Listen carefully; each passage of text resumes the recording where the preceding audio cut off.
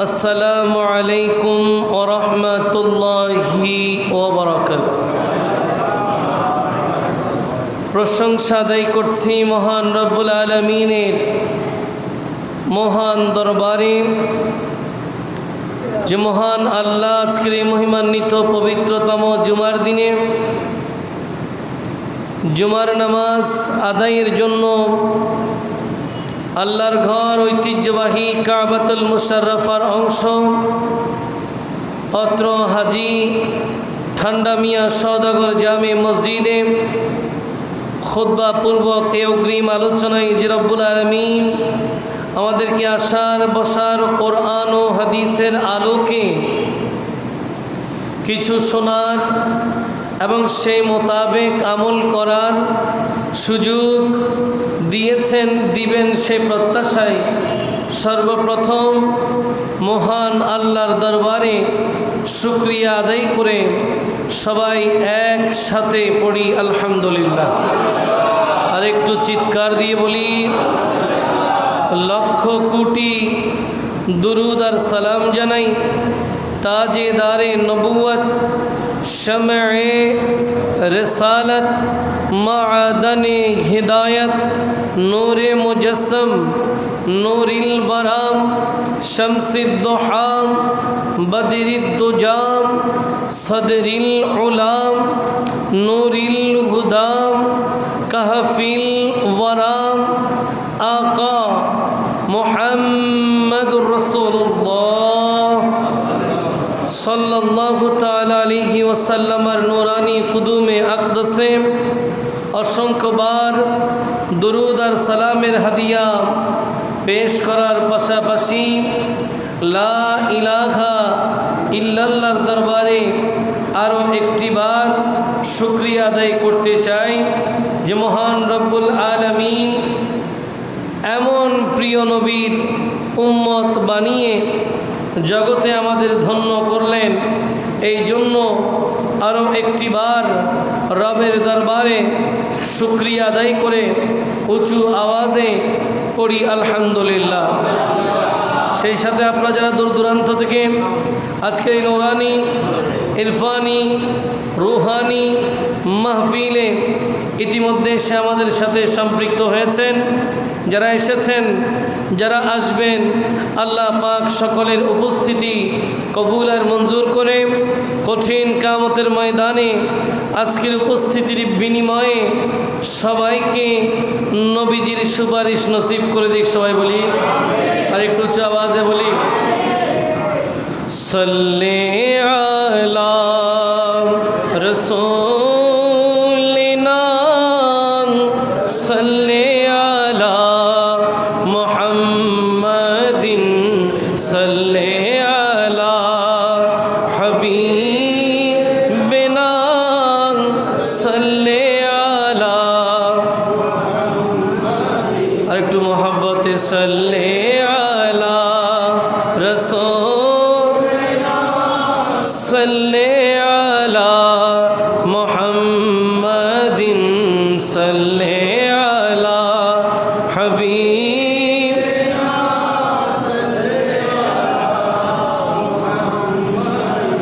कि तेरा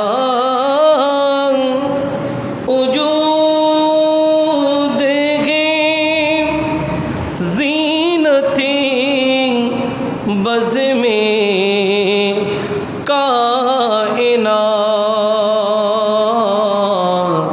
कौनो मका है नूर से आईनाए तजल्लियात सल्ले अला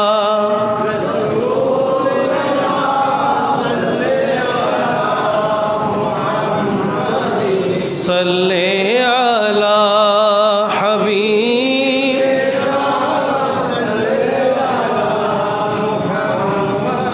एक तेरा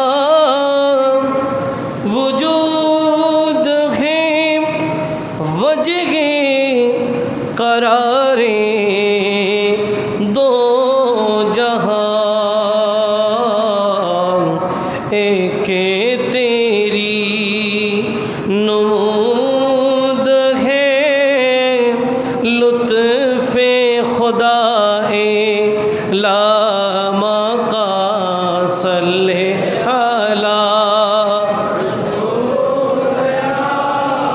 सल्ले अला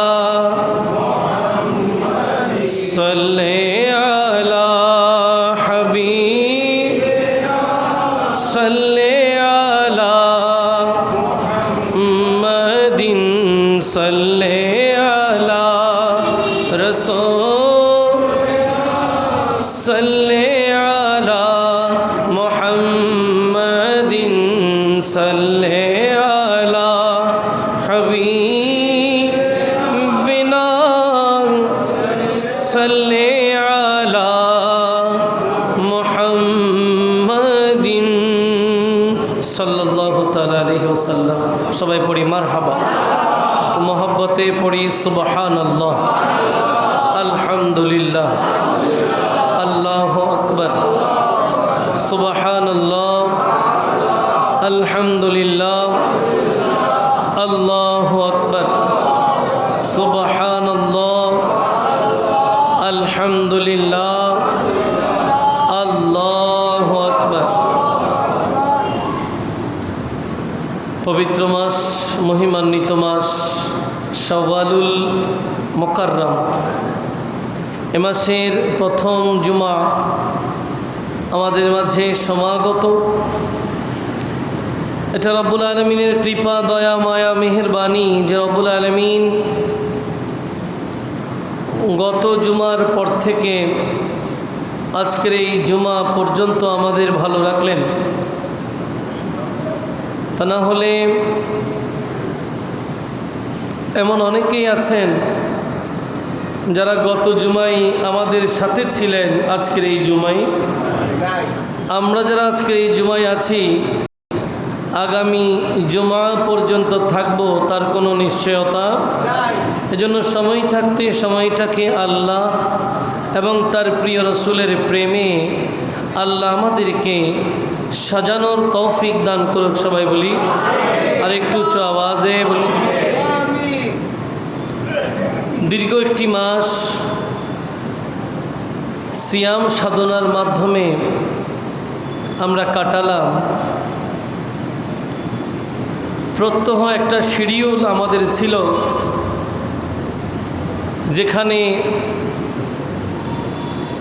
5 ওয়াক্ত নামাজ তো ছিলই, সেই সাথে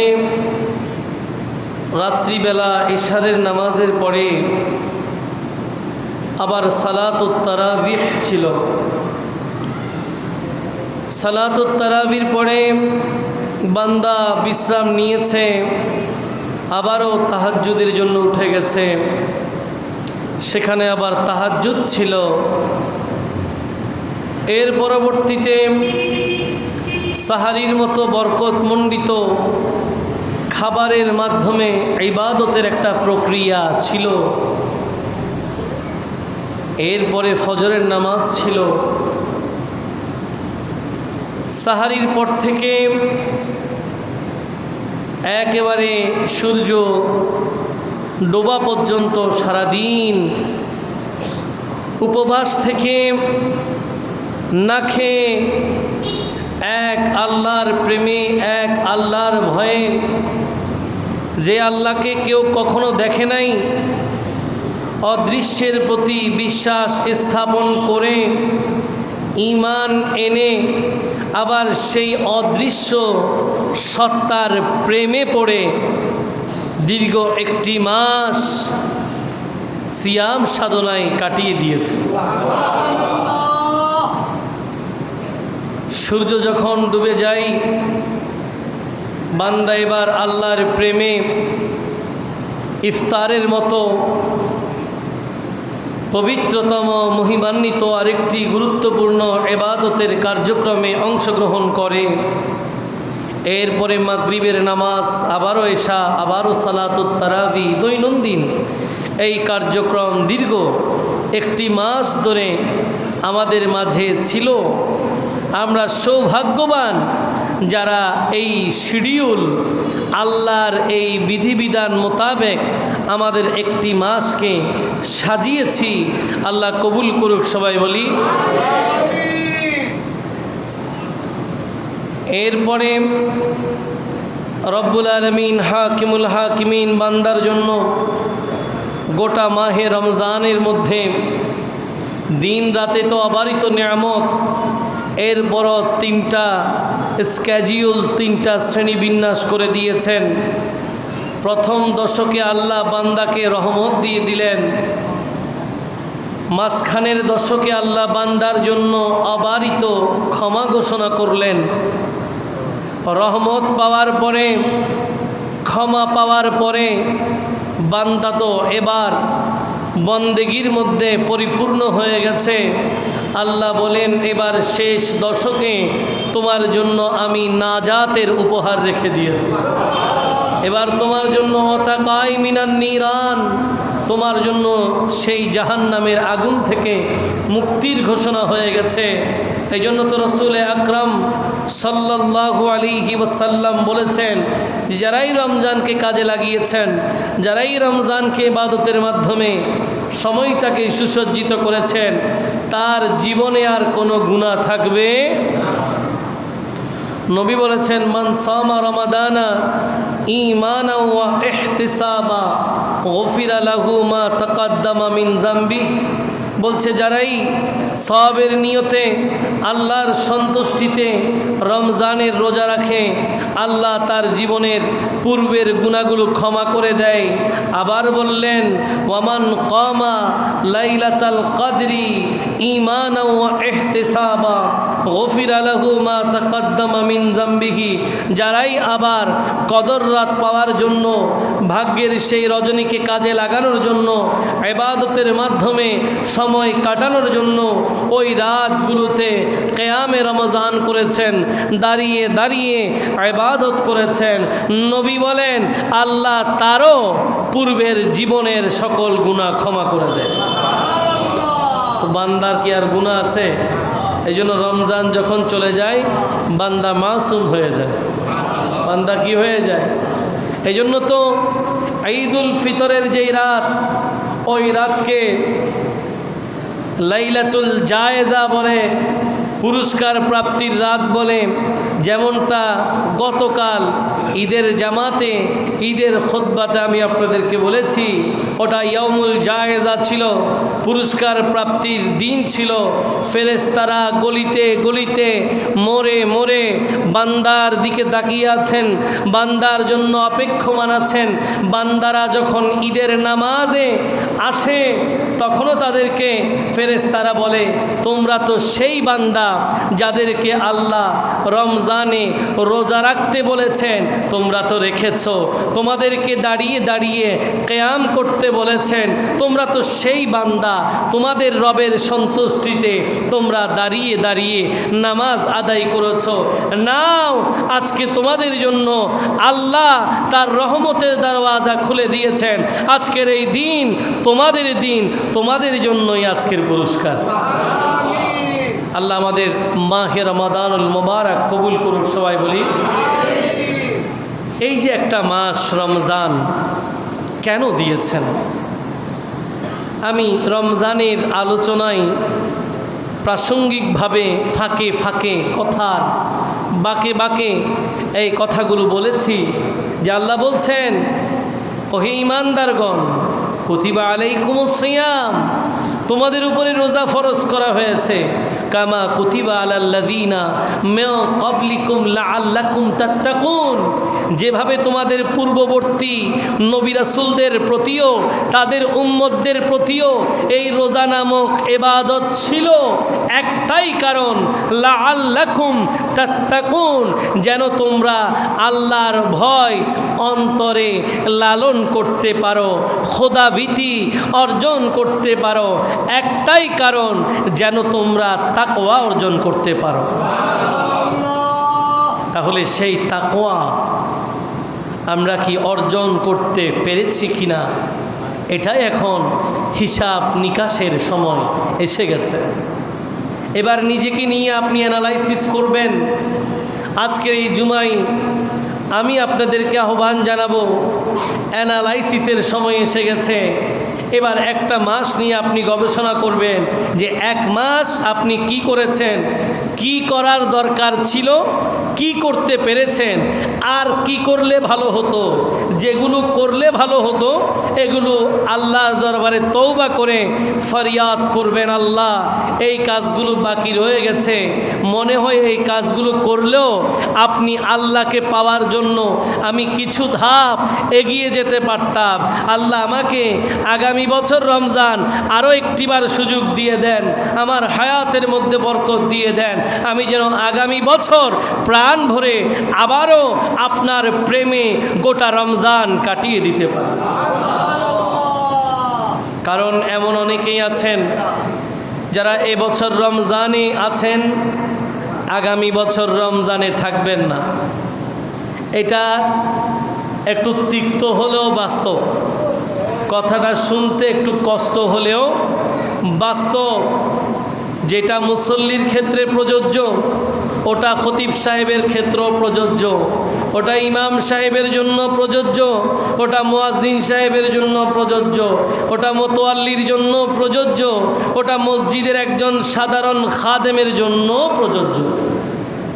যে কোনো সময় আল্লাহর ডাক চলে আসতে পারে, এবং এটা এমন ডাক যেই ডাক একবার আসলে যাব না বলার সুযোগ নেই।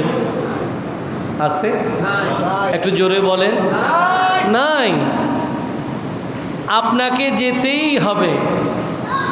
এখানে আপনার কোনো প্রকার সুযোগ নাই। যখনই মৃত্যুর পরওয়ানা চলে আসবে আপনাকে যেতেই হবে, এবং এটা মেনে নিতে পারবেন যত তাড়াতাড়ি তত ভালো। কেন? কারণ আপনি যখন আপনার অন্তরে আল্লাহর ভয়কে লালন করবেন তখন আপনি বুঝতে পারবেন, তখন আপনি ইবাদতের প্রতি মনোযোগ দেবেন। কারণ আপনার যদি মনে হয় যে আমি তো আরও অনেক দিন বাঁচব, এই চিন্তা থাকলে শয়তান আপনাকে ওয়াসওয়াসা দেবে, ইবাদত না করলেও চলে। নাউজুবিল্লাহ বলেন। এবং এটাও বাস্তব যে শয়তানের ফাঁদে অনেকে পা দেয়। আপনি দেখবেন স্বাভাবিকভাবে মসজিদের মধ্যে একটু মুসল্লি কমা শুরু করছে, ঠিক কিনা? স্বাভাবিকভাবে কিছু ক্ষেত্রে কিছু ঘটনা রেয়ার থাকতে পারে, যে একটা জায়গায় চট্টগ্রামের বাইরের মানুষরা বেশি থাকে, তারা হয়তো পরিবারের সাথে ঈদ উদযাপন করতে গিয়ে বাড়িতে গিয়েছে, এটা ভিন্ন কথা। এক্সেপশন ইজ নট এক্সাম্পল, ওটা ভিন্নতা থাকতেই পারে, কিছু মানুষ বাড়িতে যেতেই পারে, কিন্তু তাই বলে বিশাল পরিসরে এটা আঘাত আনবে না। আপনাকে জোহরের নামাজ ঠিক রাখতে হবে বেড়াতে গেলেও। বেড়াতে যাবেন, অবশ্যই যাবেন, কেন যাবেন না? ঈদুল ফিতর এটা ঈদের দিন, ঈদ আসে বলেই এক একজনের বাসায় এক একজনের যাওয়ার সুযোগ হয়। চাই সে দূরের আত্মীয়, চাই সে কাছের আত্মীয়, চাই আপনার আপনজন, আপনার বোনের বাড়ি, আপনি ভাই না গেলে কি হয়? ঠিক কি না? বোন তো দরজার দিকে তাকিয়ে আছে কখন আমার ভাই আসবে, ঠিক কি না? কাজে আপনাকে যেতে হবে, এতে কোনো সন্দেহ নাই। আপনার শ্বশুর বাড়িতে আপনার যেতেই হবে, কারণ আপনার শ্বশুর আব্বা যান, আম্মা যান, এরা তাকিয়ে আছেন আপনার দিকে, আপনি যাবেন, এটা বাস্তবতা এবং আপনার যাওয়া উচিত। তবে যেখানেই যাবেন নামাজ যেন আপনার সাথে থাকে। কি থাকে? এমন যেন না হয় যে খেতে খেতে নামাজটা চলে গেল, এমন যেন না হয়। অনেক সময় অনিচ্ছাকৃতভাবে জামাত ছুটে যায়, এটাও মেনে নেওয়া যায়, অসুবিধা নাই, ছুটে গেল আর কি জামাত। তবে নামাজ যেন কাজা না হয়, আপনি নামাজ আদায় করবেন। যে বাড়িতে যাবেন, যে বাসায় যাবেন, তাদেরকে বলবেন আমি আসলাম, চলে আসলাম, নামাজের সময় চলে যাচ্ছে, একটু কি নামাজ পড়ার ব্যবস্থা হবে কি না? তাদের কাছেও একটা মেসেজ চলে গেল যে না, মাত্র রমজান গিয়েছে, যে রমজান আমাদেরকে শুধুমাত্র 5 ওয়াক্ত নামাজের ব্যাপারে তাগিদ দিয়েছে তা নয়, 5 ওয়াক্ত পড়তে তো হবেই, সাথে আরও 20 রাকাত যোগ হলো। কয় রাকাত? এবং রমজান ব্যতি রেখে এই 20 রাকাত আর কোথাও কেন? আপনাকে নামাজের মধ্যে অভ্যস্ত করার জন্য। এখন আপনি 20 রাকাত 1 মাস বাড়িয়ে বাড়িয়ে প্রত্যেক দিন 20 রাকাত পড়লেন, আর 1 মাস যাওয়ার পরে ঈদুল ফিতরের প্রথম দিন আপনি প্রথমেই নামাজ বাদ দিয়ে দিলেন, তো লাভটা কী হইল? এতদিন আর বেশি পরে কী লাভ হইল? আমি বলছিলাম আজকের এই জুমা হবে অ্যানালাইসিস জুমা। আপনি আপনার প্রিভিয়াস 1 মান্থ, গত একটা মাস রমজান মাস কি করেছেন ওটাকে সামনে আনবেন। ওটার একটা ইফেক্টিভিটি আছে, ওটার একটা প্রোডাক্টিভিটি আছে, ওটার একটা ফল আছে না নাই? নিশ্চয়ই এটার একটা ফল আছে। এই ফলটা তো পেতে হবে, এই ফল পেতে হবে। কারণ আপনি এমন ইবাদত করেছেন যেটা আপনি মাত্র করে এসেছেন।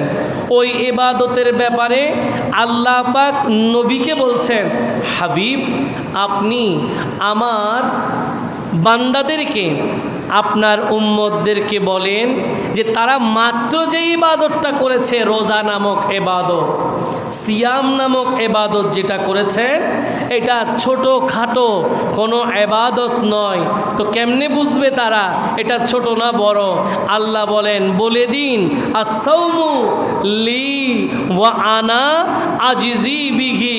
হাবিব আপনি ঘোষণা দেন আপনার রিসালাতের জবানে, ও উম্মতেরা, আল্লাহর বান্দারা, জেনে রাখো আল্লাহ বলেছেন রোজা আল্লাহর জন্য এবং এর পুরস্কার আল্লাহ নিজেই নিজের হাতে দেবেন। একজন ইবাদত গুজার বান্দার জীবনে এর চেয়ে আর বড় উপহার নাই। জান্নাতীদেরকে যখন জান্নাতে রাখা হবে, স্বাভাবিকভাবে আপনাদের অনেকের মনে হবে যে জান্নাত পেয়েই তো আমরা তুষ্ট, কিন্তু ওখানেও ক্লাস আছে না নেই? আছে না নেই? আছে। ওখানেও ক্লাস আছে। একদম হায়ার লেভেলের কিছু জান্নাতি আছে না? এরকম হায়ার লেভেলের জান্নাতি যারা, এরা আবার জান্নাতে এদের তৃষ্ণা ভরবে না। এরা কি করবে? এরা উল্টা আবার আল্লাহর দরবারে ফরিয়াদ করবে, গিলমান সে খোদা मैं क्या करूं, हुर गिलमन से खुदा मैं क्या करूं, आरज़ू है मैं तुझे देखा करूं। আল্লাহ আপনি আমাকে হুর দিয়েছেন, গিলমান দিয়েছেন, এত কিছু দিয়েছেন, এগুলো দিয়ে আমি কি করব? দেখেন এদেরকে সব দিয়ে দিয়েছে, ওই দেওয়ার কোনো শেষ, ওটার কোনো ব্যাখ্যাও নাই। কিন্তু তারা বলবে আল্লাহ এই যাবতীয় নেয়ামত আমার কোনো কাজে আসতেছে না, এত নেয়ামত দেওয়ার পরেও বলতেছে এগুলো আমার দরকার। তো বান্দা তোমার কি দরকার? বলে আমার তো একটাই দরকার, আরজু হ্যাঁ मैं तुझे देखा करूं। আমার ইচ্ছা জান্নাত নয়, আমি আপনাকে দেখতে চাই। তাহলে আল্লাহ নিজেই যখন বলছেন এর পুরস্কার আল্লাহ নিজে দেবেন, এর চেয়ে বড় উপহার কি আর হতে পারে? মাত্র আপনারা এই ইবাদত করে আসছেন, মাত্র এখনো ওইটার সুগন্ধ আপনার মধ্যে যায় নাই। আপনি বলবেন কি বলেন জান নাই? আমি বলবো এখনো পানি খেতে গেলে একটু চিন্তা করতেছেন খাবো কি খাবো না, আমি কি রোজা রাখছি না, ঠিক কি না? এই যে একটা আমেজ, এটা আপনাকে ধরে রাখতে হবে। আপনার জন্য আল্লাহ কি রেখেছেন দেখেন। রসুল আকরাম বলছেন জান্নাতের মধ্যে এদের জন্য আলাদা একটা দরজা আছে, যেই দরজার নাম রাইয়ান। দরজার নাম কি? সবাই একটু বলেন কি নাম? জান্নাতের ওই দরজার নাম রাইয়ান। ওই দরজা খোলার পরে রোজাদারদেরকে আহ্বান করা হবে, ও রোজাদাররা তোমরা কোথায়? যারা আল্লাহর প্রেমে উপোস ছিলেন।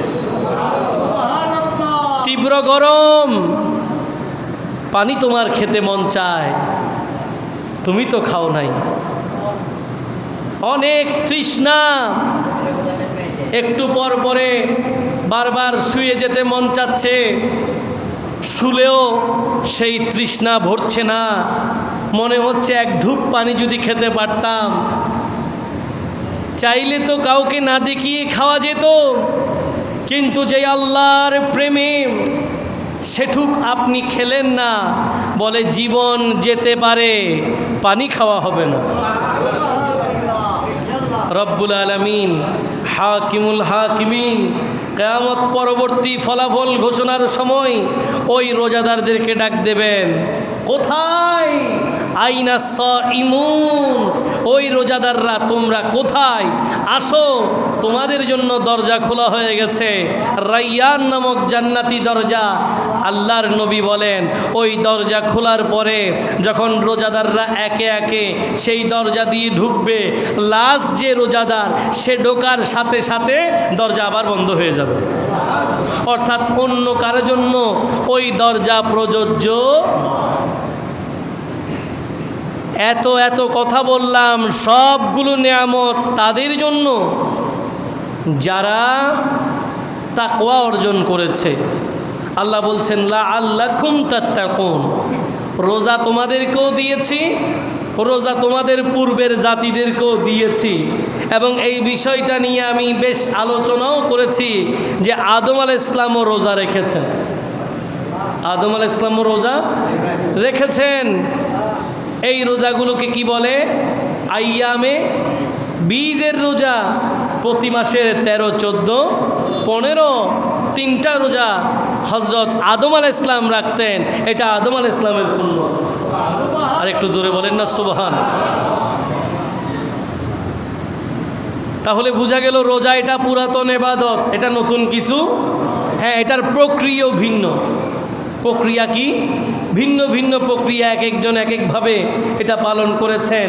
তবে সর্বোচ্চ রোজার ইবাদতের জগতে সবচেয়ে বড় নেয়ামত যারা পেয়েছে ওটা হচ্ছে উম্মতে মুহাম্মদ।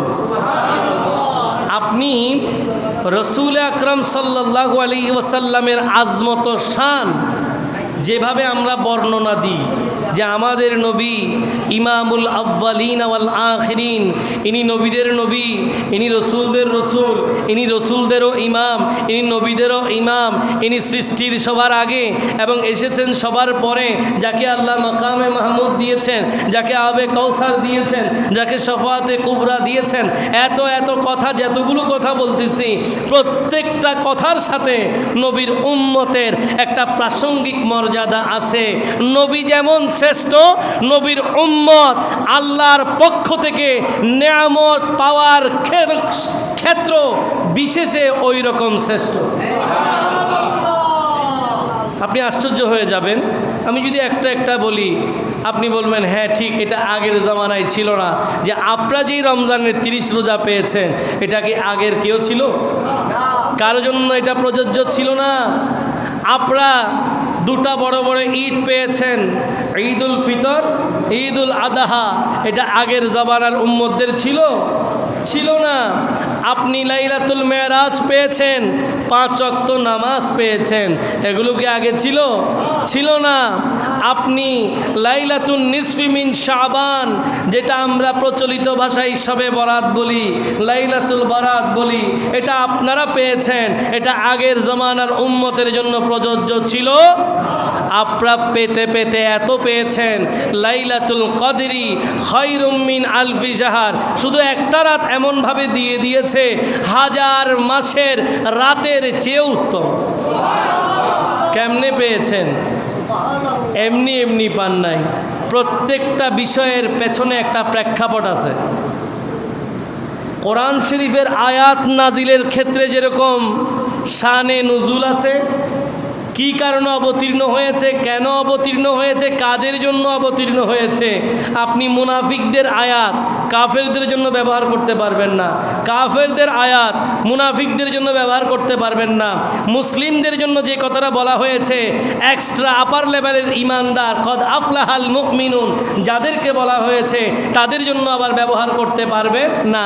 এক একটা এক এক স্টেজে, কারণে কারণে, সময়ে সময়ে আল্লাহ পাক আয়াত আয়াতগুলো নাজিল করেছেন, ঠিক তেমনিভাবে আপনি যেই ইবাদতগুলো দেখতেছেন এগুলোর পেছনেও প্রেক্ষাপট আছে।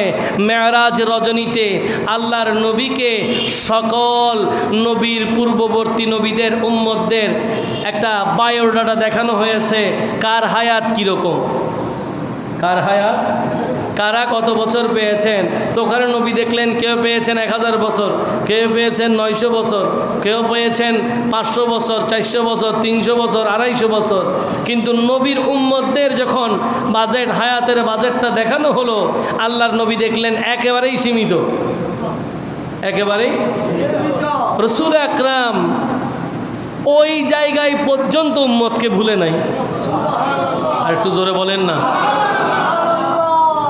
ওই জায়গায় উম্মতকে ভুলে নাই।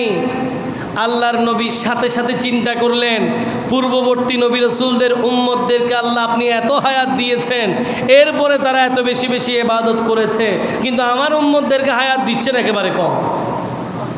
63, 65, 60, বড় জোর গেলে 100। এখন আমরা 102 শুনলে চোখ বড় করে ফেলি। 102 বছর, ঠিক কিনা? অথচ আগের জমানায় নেট ছিল 250, 300, 350 এরকম নেট বয়স পাইছে গড়ে। আর এখন আমরা মাঝে মাঝে বলি, 130 বছর হায়াত পাইছে, বলতে বুজুর্গ মহিলা এরকম আর কেউ পাবে না, মানুষ বলে ফেলে। অর্থাৎ এটাই অনেকটা বাস্তবতা, যদিও হুকুম কার? আরও উঁচু আওয়াজে বলে। রাসূল আকরাম চিন্তা করলেন, তো আমার উম্মতরা এত হায়াত কম পেলে এরা ইবাদত কেমনে করবে এত? বাকি উম্মতদের সাথে তো আমার উম্মতরা পিছিয়ে যাবে। রব্বুল আলামিন বলেন, হাবিব আপনি চিন্তা করবেন না, আপনি ভাববেন না, আপনি একটু সময়ের জন্য শঙ্কিত হবেন না। কেন? কারণ আপনার উম্মতদেরকে আমি এমন নিয়ামত দিচ্ছি যেই নিয়ামত পেয়ে তারা বাকিদেরকে ছাড়িয়ে যাবে। ওই নিয়ামত হচ্ছে লাইলাতুল কদরি খায়রুম মিন আলফি শাহর। একটা রাত 1000 মাসের রাতের চেয়ে উত্তম। এই জন্য নবী উম্মতকে বারবার অ্যালার্ম করেছেন, উম্মতকে জানিয়েছেন, ও আমার প্রিয় উম্মত, মান কামা লাইলাতাল কদরি ঈমানাও ওয়া ইহতিসাবা গফিরা লাহু মা তাকাদ্দামা মিন যামবিহি।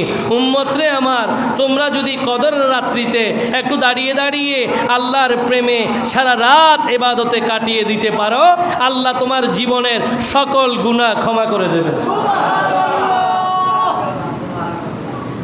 নবী রসুল, আমাদের প্রিয় নবী রসুল, প্রিয় রসুল, উনি উনার কাতারে যেমন শ্রেষ্ঠ, উম্মতদের কাতারে সকল উম্মতদের মধ্যে প্রিয় নবীর উম্মত শ্রেষ্ঠ।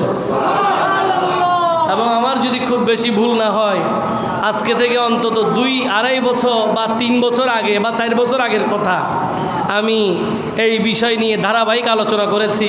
উম্মতে মুহাম্মদীর বৈশিষ্ট্য কি, আমাদের কি বৈশিষ্ট্য। কাল কিয়ামতের ময়দানে সকল নবী রাসূলরা যখন নিজেদের দাওয়াতি কার্যক্রম যেটা, ওটার ফলাফল সাবমিট করবেন, আদম আলাইহিস সালাম বলবেন আমি দাওয়াত দিয়েছি, নূহ আলাইহিস সালাম বলবেন দাওয়াত দিয়েছি, মূসা আলাইহিস সালাম, ইব্রাহিম আলাইহিস সালাম সকলেই বলবেন দাওয়াত দিয়েছি, ঈসা আলাইহিস সালাম, দাউদ আলাইহিস সালাম বলবেন দাওয়াত দিয়েছি। আপন আপন সময়ের উম্মতরা বলবেন আমরা দাওয়াত পাই নাই, আমরা দাওয়াত পাই নাই। এখন নবীদের দাওয়া হচ্ছে দাওয়াত দিয়েছি, আর কিছু অস্বীকার করেছে এমন উম্মতরা বলছেন আমরা দাওয়াত পাই নাই। এখন এই দুইটার মধ্যে সমাধান করবে কে? আল্লাহ পাক কোরআন শরীফের মধ্যে আয়াত নাজিল করেছেন যে এই দুইটার মধ্যে সমাধান করবেন আখিরি জামানার নবীর উম্মতেরা। এরা তখন নবীদের পক্ষে সাক্ষী দেবে, হ্যাঁ আমরা জেনেছি, আমাদের নবী আমাদেরকে জানিয়েছেন কোরআন আল কারীমের মাধ্যমে, হাদিসের মাধ্যমে, যে আপন আপন নবী রাসূলরা তাদের আপন আপন যুগে তারা তাদের দাওয়াত সঠিকভাবে দিয়েছেন। ওরা মানে নাই, এটা ওদের ভুল ছিল, নবীরা তাদের দায়িত্ব পালন করে ফেলেছেন। আপনারা সাক্ষ্যদাতা হবেন, আপনারা কি হবেন? সাক্ষ্যদাতা হবেন। কাজেই এই সব নিয়ামত আমাদের জন্য যদি আমরা লাআল্লাকুম তাত্তাকুন তাকওয়া অর্জন করতে পারি, আল্লাহ ভীতি অর্জন করতে পারি, আল্লাহর ভয় অর্জন করতে পারি। এজন্য আজকের খুতবার শুরুতে যে আয়াতে মুকাদ্দাসা পড়লাম, রব্বুল আলামিন বলছেন বিসমিল্লাহির রহমানির রহিম ওয়ালিমান খাফা মাকামা রাব্বিহি জান্নাতান ফাবিআইয়ি আলাই রাব্বিকুমা তুকাযযিবান। রব্বুল আলামিন হাকিমুল হাকিমিন পবিত্র কোরআন আল কারীমের অলংকার বলে যেই সূরাকে, সেই সূরা রহমানের মধ্যে আল্লাহ পাক 46 এবং 47তম আয়াতের মধ্যে এলান করছেন ওয়ালিমান খাফা মাকামা রাব্বিহি জান্নাতান। আমার যেই বান্দারা, আল্লাহ বলেন আমার যেই বান্দারা আমাকে ভয় করে এবং কাল কিয়ামতের ময়দানে যখন আমি তাদেরকে হিসাবের জন্য ডাকবো, কারণ আল্লাহ তো মালিক ইয়াউমিদ্দিন, তিনি ইয়াউমিদ্দিনের মালিক। আল্লাহ বলছেন ওই দিন আমি দুটো জাতির সাথে হিসাবে বসবো, একটা মানব জাতি, একটা জিন জাতি। এই কথাও আল্লাহ কোরআন আল কারীমের মধ্যে ইরশাদ করেছেন সানাফরুগু লাকুম আইয়ুহাস সাকালান ফাবিআইয়ি আলাই রাব্বিকুমা তুকাযযিবান। আল্লাহ বলেন অচিরেই আমি এই দুইটো জাতির সাথে বসবো হিসাবের জন্য। আল্লাহ বলেন যখন আমি তাদেরকে হিসাবের জন্য ডাকবো, তাদের হিসাব নিকাশ শুরু হয়ে যাবে। ওই সময় ওই হিসাবের দিনে আমার যেই বান্দারা আমার সামনে দাঁড়ানোকে ভয় করে, আমার সামনে দাঁড়ানোকে কি করে? ভয় করে, এবং এই ভয়কে অন্তরে লালন করে আমি যা অপছন্দ করি তা ছেড়ে দেয়, অর্থাৎ তাকওয়া অর্জন করে। আমার ওই বান্দাদের জন্য আল্লাহ বলেন আমি এদেরকে একটা নয় দুইটা জান্নাত দেব। ওয়ালিমান খাফা মাকামা রাব্বিহি জান্নাতান, যারা আল্লাহর সামনে দাঁড়ানোকে ভয় করে এবং সে ভয়ের কারণে আল্লাহ যা অপছন্দ করেন তা ছেড়ে দেয়, আল্লাহ বলেন আমি এদের জন্য দুটো জান্নাতের ঘোষণা দিলাম। কয়টা? তাফসীর দেখলাম ওই দুইটা জান্নাত কি? একটা হচ্ছে জান্নাতুল ফেরদাউস, একটা হচ্ছে জান্নাতুন নাঈম। জোরে বলেন সুবহানাল্লাহ। তো বান্দা তো একটা দিয়েই শেষ, একটা দিয়েই বান্দার তৃষ্ণা শেষ। আল্লাহ বলছেন যারা আমাকে ভয় করে এদের তৃষ্ণা মিটে গেলেও আমি একটা নয় এদেরকে দুইটা দিব। তো দুইটা জান্নাত দরকার আছে না নাই? আল্লাহ বলতেছে এত দি, তারপরে তোমরা আমাকে কি ভয় করবা না? আমার নিয়ামতকে কি অস্বীকার করবা?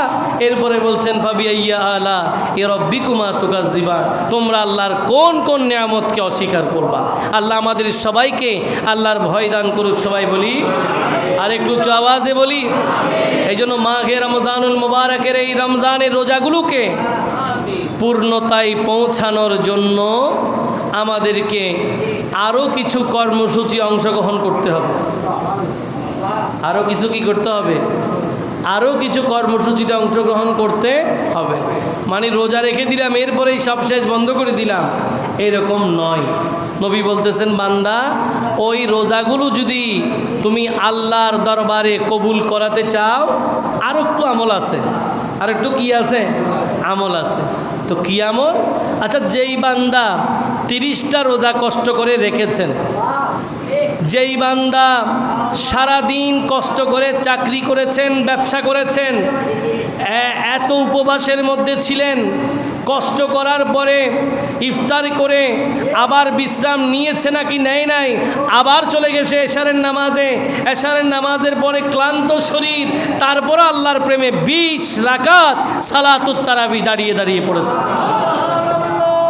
তো সেই ইবাদতকে একটা জায়গায় পৌঁছানোর জন্য নবী বলতেছেন আরও কিছু আমল, সামান্য আর কিছু আমল করতে হবে। এখন যেই বান্দা এত কিছু করছে, এ কি আর সামান্য করতে পারবে না? এই পারবে কি পারবে না? সবাই বলেন পারবে কি পারবে না? যে এত আমল করছে, এ কি আর একটু বলি দিলে পারবে না? কারণ ওই একটুর সাথে পুরোটা সম্পর্ক আছে। একটুর সাথে কি পুরাটা সম্পর্ক আছে। হাদিস বর্ণনা করছেন হযরত আবু আইয়ুব আনসারী রাদিয়াল্লাহু তাআলা আনহু। তিনি বলছেন, প্রিয় নবী ইরশাদ করেছেন, মান সামা রমাদান, আমার যেই উম্মত রমজানের রোজা রেখেছে, সুম্মা আতবাআহু সিত্তাম মিন শাওয়াল, এবং রমজানের রোজাকে অনুসরণ করে ঈদ উল ফিতরের সেই দিনটাকে বাদ দিয়ে, একদিন গতকালে যেটা ছিল এই দিনটাকে বাদ দিয়ে বাকি গোটা শাওয়াল মাসের মধ্যে আর যে ব্যক্তি 6টা রোজা রাখছে, কয়টা রোজা? সামনে পেছনে সবাই কয়টা? আর 6টা রাখছে। নবী বলেন, উম্মত কি দেব জানো? কানা কাসিয়ামিদ দাহার, সে গোটা 1 বছর রোজা রাখার সওয়াব পাবে। কয় বছর? তাহলে আমরা কি 1 বছর রোজা রাখতে চাই কিনা? 1 বছর রোজা রাখতে চাই কিনা? গোটা 1 বছর রোজার সওয়াব আমাদের দরকার আছে না নাই? আর আমার নবী যখন বলেছেন, কথা কি আর মিস আছে? আমার নবী বলেছেন। তাহলে নবী বলেন কেন? নবী এজন্য বলেন কারণ নবী চান উম্মত যেন এটা করে।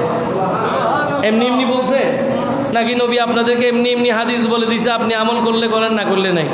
না, নবী ঘোষণা দিয়েছেন, আবার এটা মনে প্রাণে চান যে আমার উম্মত যেন এগুলো আমল করে। তাহলে আমরা প্রথমে আগে সিদ্ধান্ত নিই, আমরা 1 বছর রোজা রাখার সওয়াব চাই কিনা? একটু আল্লাহ কবুল করুক, সবাই বলি আমিন। তাহলে এই শাওয়াল মাসে কয়টা রোজা? এবার আসেন কিভাবে রাখবেন, লাগাতার নাকি ভেঙে ভেঙে? নবী বলেন যা ইচ্ছা, জোরে বলেন সুবহান।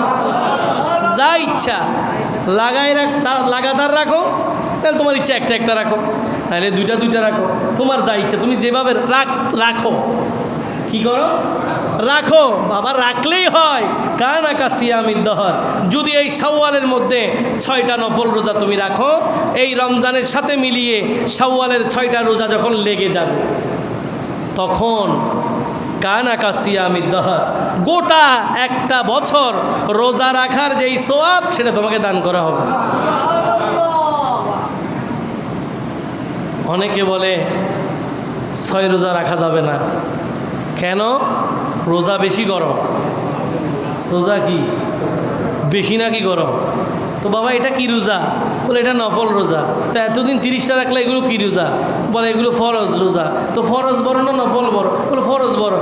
আরে তো ফরজ নরম আর নফল গরম হয়ে গেছে। ফরজ নরম আর নফল কি গরম হবে? তো কেমন কথা? এগুলো না রাখার জন্য একটা মানে নিজেকে একটা সান্ত্বনা দেয়, না অনেক গরম, বেশি গরম, এটা এখন রাখা যাবে না, এটা নফল ইবাদত। আবার অনেকে বলে হলে একবার ধরলে আগামী বছর যদি রাখতে না পারি, এ খালি না রাখার টেনশনে আছে। নাউজুবিল্লাহ বলে। আর রাখার চিন্তা করবেন, রাখবেন না এটা কেন আসতেছে কথায়? এটা আলোচনায় তো আসবে না ভাই, এটা তো আউট অফ কনটেক্সট। এটা আসবে না সিদ্ধান্তে আসবে যে আগামী বছর আসলেও অবশ্যই রাখবো। এখন আপনি ধরেন এই বছর চিন্তা করলেন রোজা বেশি গরম, এই জন্য রাখবো না, আর কোনোভাবে যদি ভাই রাখি দিও, এবার বৃষ্টি পড়তেছে এই সুযোগে রাখি দিই, কিন্তু আগামীবার গরম পড়বে এই জন্য রাখবো না, প্রথমে যদি নিয়ত খারাপ করেন তো রহমত পাবেন কোত্থেকে? আপনি শুরুতেই চিন্তা করতেছেন গরম পড়লে এটা হবে, ঠান্ডা পড়লে ওটা হবে। এখন গরম ঠান্ডার মালিককে? আরও জোরে আবহাওয়াবিদ। এরকম আপনি একটু আমাকে সহযোগিতা করেন এই কথাতে। আচ্ছা, এরকম কখনো শুনছেন আবহাওয়াবিদ, আবহাওয়া অফিস একরকম আবহাওয়া বলতেছে, কিন্তু আবহাওয়া দিচ্ছে আরেক রকম? এরকম ঘটনা আছে না নাই? সবসময় কি মিলে? সবসময় মিললে তো এই বাংলাদেশ অনেক আগে উল্টে যাওয়ার কথা। এরা বলতেছে সিডর আসতেছে, সবাই উল্টে গেছে, সাইক্লোন সেন্টারে সব চলে গেছে, মাবুদ বলে আমি দেব না। আচ্ছা, এটা কি আল্লাহর ওই সময়ের সিদ্ধান্ত? এটা আল্লাহর আগের সিদ্ধান্ত। বান্দা ভাবতেছে মেরে দেবে, বান্দা ভাবতেছে কি, কিন্তু আল্লাহ বলতেছে আমাকে ডাকো, আমি এমনি তোমাকে মারবো না। তো আপনি আবহাওয়ার উপরে রোজা কেন থাকবেন? দিন বড় হইলে রোজা রাখবেন না, দিন ছোট হইলে রোজা রাখবেন? এই জাতীয় চিন্তা চেতনা, এগুলো তো ইবাদত গুজার বান্দার কথা নয়, ঠিক কিনা? আপনি না কাল কিয়ামতের ময়দানে আল্লাহর রহমতের ছায়ায় থাকতে চান, তাহলে প্রথম কথা যেটা, 6 রোজার কোনো বয়স নাই। একটু জোরে বলেন, 6 রোজার কোনো বয়স নাই। অবশ্যই 6 রোজা রাখবেন, অবশ্যই। কি দেখি এখানে নিয়ত করছেন আপনারা? আমি হাত তুলে আপনাদেরকে লজ্জা দেব না, কারণ অনেকে বলবে আমি লজ্জায় পড়ে হাত তুলে ফেলছি। না ভাই, হাত তোলার দরকার নাই। আমি বলবো আপনার অন্তরের জগৎটাকে একবার পরিবর্তন করেন, একবার সিদ্ধান্ত নেন। 30 রোজা রাখতে পেরেছেন, 6 রোজা তো কোনো ব্যাপার না। 6 রোজার অন্তত 5 গুণ হচ্ছে 30 রোজা। 5 6 30, আপনাকে 5 ভাগের 1 ভাগ রাখতে বলছে নবী। এবং এটা হলে সারা 1 বছরের রোজা হয়ে যায়। কেমনে? এটারও একটা হিসাব ওলামায়ে কেরামরা দিয়েছেন। বলতেছে যে মানুষ যখন কোনো ভালো কাজ করে, একটা ভালো কাজ করলে 10টা সওয়াব। কয়টা? তাহলে 30টা রোজায় যদি 10টা করে সওয়াব হয়, অর্থাৎ একটা রোজায় 10টা রোজার সওয়াব, তাহলে 30 রোজায় কয়টার সওয়াব? 300 রোজার সওয়াব। আর এখানে 6 রোজায় কত পাবেন? 300 যোগ 60 কত? বছরে কয়টা দিন? 365 দিন। তাহলে কয় দিন রোজার সওয়াব পাইলে? 300। কনফিউজ হয়ে গেছে, যাই হিসাব করছেন তাই বলেন। 300 যোগ 60 কত হয়েছে? 360। কিন্তু বছর কত দিনে? 365 দিন। তাহলে 365 দিন বছর রোজার সওয়াব পাইলেন কত দিনে? 360। আর বাকি 5 দিন রোজা রাখা তো হারাম। সুবহানাল্লাহ। বাকি 5 দিন রোজা রাখা কি এটা দরকার নেই তো আপনার। ওই নবী বলছেন কানা কাসিয়ামিদ দাহর, যে সময় রোজা রাখা যায় ওই সবগুলো দিন আপনি রোজা রাখার সওয়াব পেলেন। আল্লাহ কবুল করুক। সবাই বলি এটা মন থেকে এই সিদ্ধান্ত নেবেন।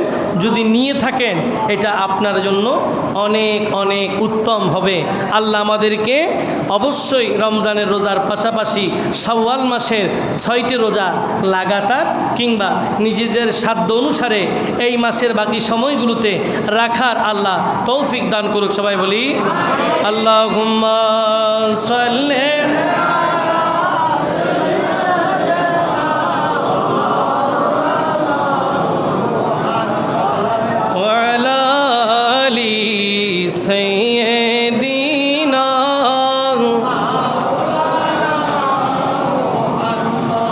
সবগুলো ইবাদত কাকে খুশি করার জন্য?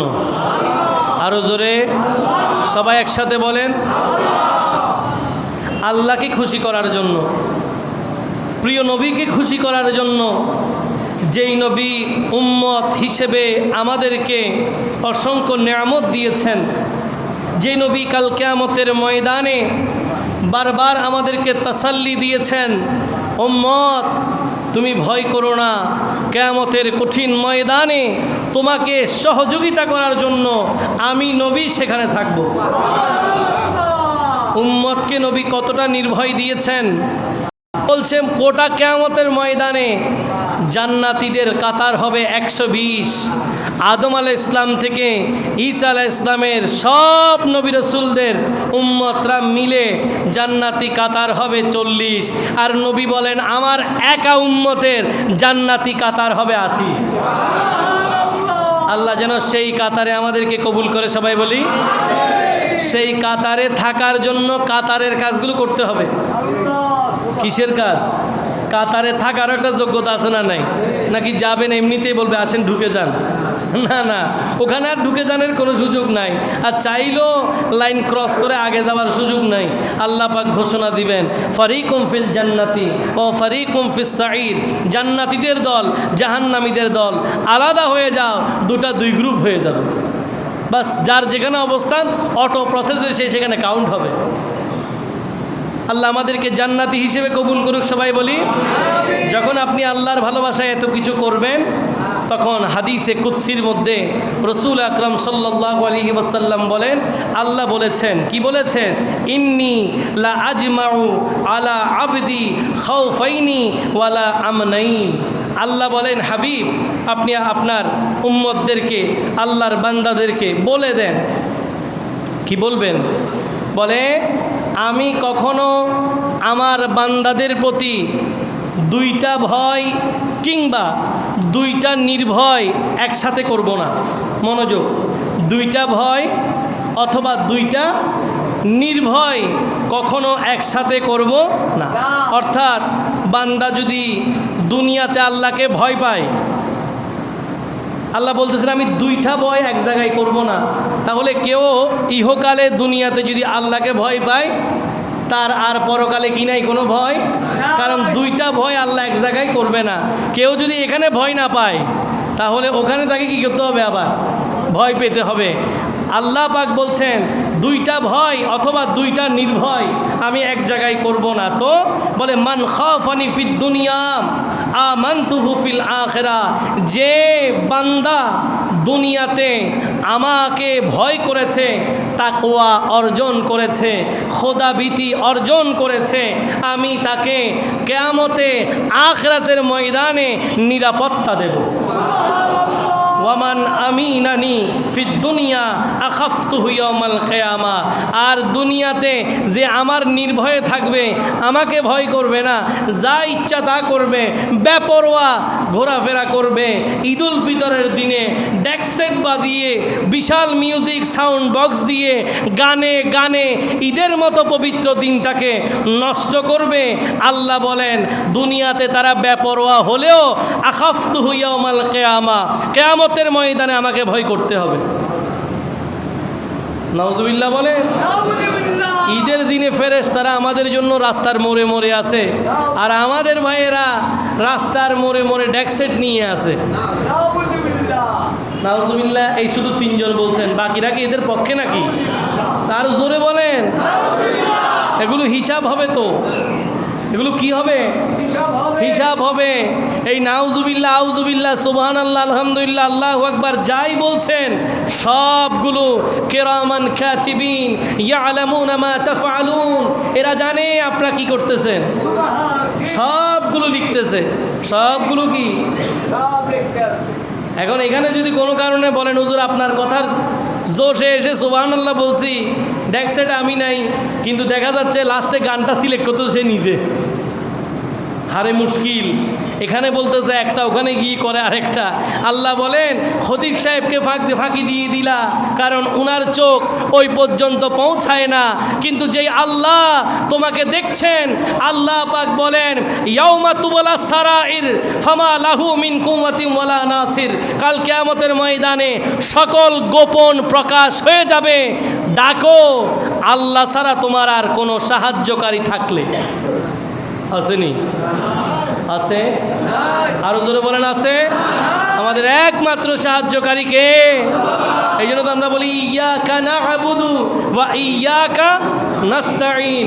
আল্লাহ আমরা তোমারই ইবাদত করি, তোমারই কাছে সাহায্য চাই, তোমার সাহায্য দিয়ে দুনিয়া আখিরাতে আল্লাহ আমাদেরকে কবুল করো। সবাই বলি আল্লাহ আমাদের সবাইকে কবুল করুক। সবাই বলি এই কথাগুলো আল্লাহ আমাদেরকে আমল করার তৌফিক দিক। সবাই বলি মাহে রমজানুল মুবারকের রোজা, শাওয়ালের 6 রোজা, যাবতীয় ইবাদতগুলো করে আল্লাহ আমাদের বাকি জীবনটাকে সুসজ্জিত করার, ইবাদত মণ্ডিত করার তৌফিক দান করুক। সবাই বলি ভালো থাকবেন, সুস্থ থাকবেন সেই প্রত্যাশায় ওয়া আখির